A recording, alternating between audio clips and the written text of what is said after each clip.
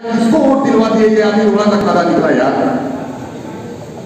उसके भरोसे के लिए काम कर रहा हूं। और जहां तक मेरी क्षमता है, जहां तक मेरी बुद्धि है, ऐसा नहीं है कि मैं बहुत बुद्धिमान हूं, बहुत प्रतिभावान हूं, बहुत योग्य हूं, कहीं कोई योग्यता नहीं है। यह सारी योग्यता, यह सारी बुद्धिमानी, यह सब आप ही के बीच से आती है। ये आप ही लोग यहाँ विचार देते हैं, उसी को हम लोग अपने मन में बैठाते हैं कि ये विचार बढ़िया है, इस पर काम करना चाहिए, ये हमारे वरिष्ठों ने हमको मार्गदर्शन दिया है, उसी को लेकर के काम करते हैं। तो किसी के कहने पर, किसी के हाउलिंग करने पर, किसी के समझाने पर कोई बात नहीं होनी चाहिए। और देखिए, अगर बार के साथ सब लोग एकजुट रहेंगे तभी कोई लड़ाई जीती जा सकती। बार एकजुट था है तभी ये जो दूसरा कल्पित है, इतने भारी दबाव, आपने देखा पूरा व्यापार मंडल उतर गया सड़क पर। आपने देखा वो कौन जैन है, उस जैन जिसका दाम फूलों का है, वह जैन जाकर के वहां कमिश्नर के यहाँ दरखास्त दे रहा है और कह रहा है कि अराजकता का वह दौर, माफिया का वह दौर वापस आ गया। इतनी हिम्मत उसकी हो गई। और उसी के अगले दिन आपको याद होगा कि कल जब हम लोग एसएसपी के कार्यालय पर जा रहे थे, तो वो जो दिव्यनाथ डिग्री कॉलेज वाला भी रहा है, वहां पर वो मीडिया वाले जैसे ही कैमरा लेकर के आए और वो साथी हमारे बड़े बने का तुरंत हटिए यहाँ से, कैमरा देख करके जो हम चल रहे हैं रास्ते में बदलिए, चुपचाप चलिए। आप अपने रास्ते पर चलेंगे, अपने रास्ते पर डटे रहेंगे तो यह सारे कैमरा वाले आपके पीछे पीछे आएंगे। और डीएम के यहाँ भी मैंने कहा कोई बाइक नहीं देगा, क्योंकि मीडिया में मैं समझता हूं कि अमर उजाला छोड़ दिया जाए, बाकी सारी मीडिया ने जिस तरह से हम लोगों का शीशा लेकर किया इस मामले में, एक पक्षी रिपोर्टिंग किया,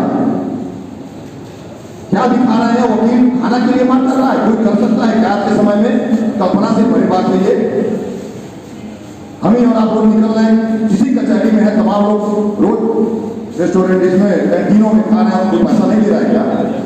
बिना पैसा दिए ये सारे कैंटीन चल रहे हैं। ये छवि अधिवक्ता की बना रहे हैं, ये छवि प्रस्तुत कर रहे हैं। इस छवि को तोड़ने के लिए और उस अहंकार को तोड़ने के लिए कि जो कहता है कि हम व्यापार मंडल को लेकर के जाएंगे, हम पूरे व्यापार मंडल को लेकर के जाएंगे और प्रशासन को बाध्य करेंगे कि अब आप अराजक के खिलाफ कार्रवाई करिए। क्या उनकी भाषा के पीछे छिपी हुई उनकी मंशा को हम लोग समझ नहीं गए थे क्या? जब उन्होंने कहा कि अधिवक्ता हम अधिवक्ता के क्लाइंट हैं, लेकिन जो बात वह उन्होंने कहा, कमिश्नर ने खड़ा होकर के उनका ज्ञापन किया, यह बात भी चर्चा में थी। कमिश्नर साहब उसको देखते खड़ा हो गए, हमारे सम्मान से ज्ञापन ले रहे हैं, जैसे लग रहा है कि वो आकर के कमिश्नर साहब को प्रशस्ति पत्र दे रहे हैं कि बड़ा अच्छा काम किया। उस बात को, उनकी उस मंशा को, उनके उस दबाव को और उनकी उस चेतावनी को जो पूरे अधिवक्ता समाज को वो देना चाह रहे थे और जिस तरह से उसको मीडिया ने दिखाया, उस चेतावनी को जब पहले अधिवक्ताओं के शब्द का बांध टूट करके जब अधिवक्ताओं का जब सैलाब निकल करके पहुंचता है वहां एसएसपी और डीएम के यहाँ, तो वो कहते हैं कि हम जांच करेंगे, हम उसकी वृद्धि का सील कराएंगे, डीएम साहब कहते हैं, और एसएसपी साहब कहते हैं कि तुरंत उसको वीडियो फुटेज हम दिखवाएंगे और जो दूसरा हमलावर है उसको भी पकड़ करके जेल भेज और आपको बुलाएंगे कि आइए और शिनाख्त करिए। एक सीमा तक दबाव दे करके एक मकसद को कामयाबी के मुकाम तक हम लोग ले गए हैं। तो इसलिए किसी तरह की बात को दिशाहीन करने के लिए, कोई गुमराह करने के लिए राजनीति नहीं होना चाहिए।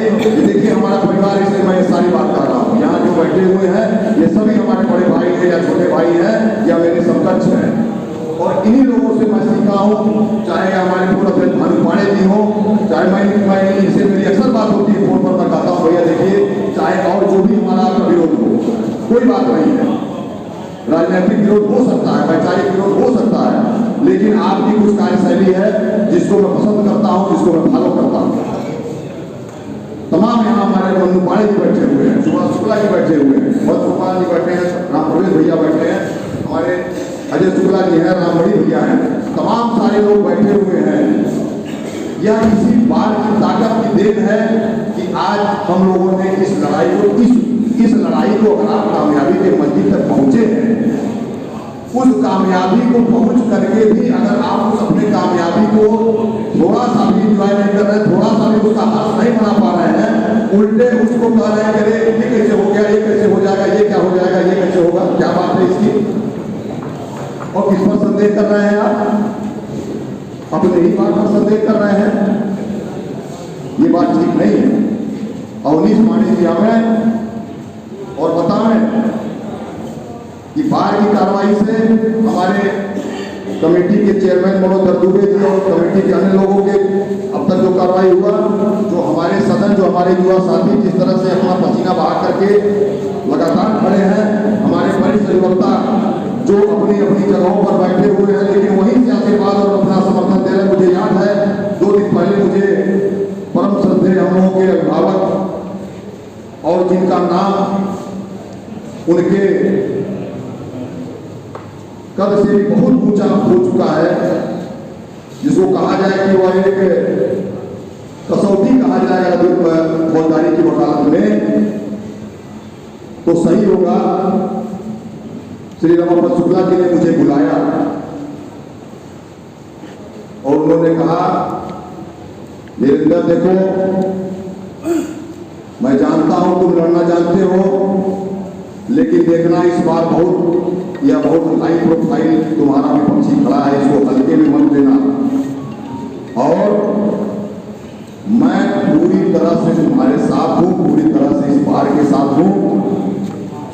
इस लड़ाई को लड़ना और जिसने उस अधिवक्ता के सम्मान पर हाथ उठाया है उसको जब तक जेल मत भिजवा लेना तब तक ये लड़ाई बंद नहीं होनी चाहिए। हमने कहा गुरु जी, जिसको हमने आइडेंटिफाई किया है, जिसको हमने दोनों को आइडेंटिफाई किया, वो जेल जाएंगे ही जाएंगे, बिना उनके जाए चैन नहीं लूंगा गुरुदेव। अगर आपने कह दिया है चैन नहीं लूंगा, और ये हम यही बात की हमारी मंशा भी है। मैं अवनीश पांडे जी को बुलाता हूं कि वो आवे और बतावें कि अभी और हड़ताल चाहते हैं, अभी और संघर्ष चाहते हैं, वो संतुष्ट हैं कि नहीं है,